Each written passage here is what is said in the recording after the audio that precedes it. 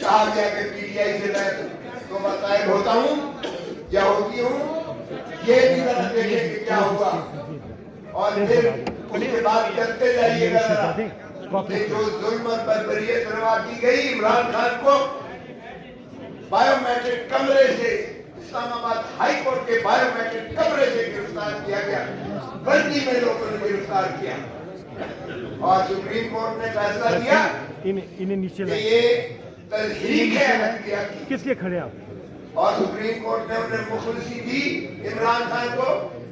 اب ذرا دیکھیے 9، 10، 11، 12 مئی عمران خان ان کی تحویل میں ہے، کسٹڈی میں ہے، میرے ساتھ اور 200 مقدمات جو ہے عمران خان پر کر دیے جاتے ہیں، اور 200 سے زیادہ کئی مقدمات جو ہے یہاں عمر ایوب صاحب بیٹھے ہوئے ہیں، یہاں جتنے ہمارے اکابرین بیٹھے ہوئے ہیں ان پر کر دیے گئے۔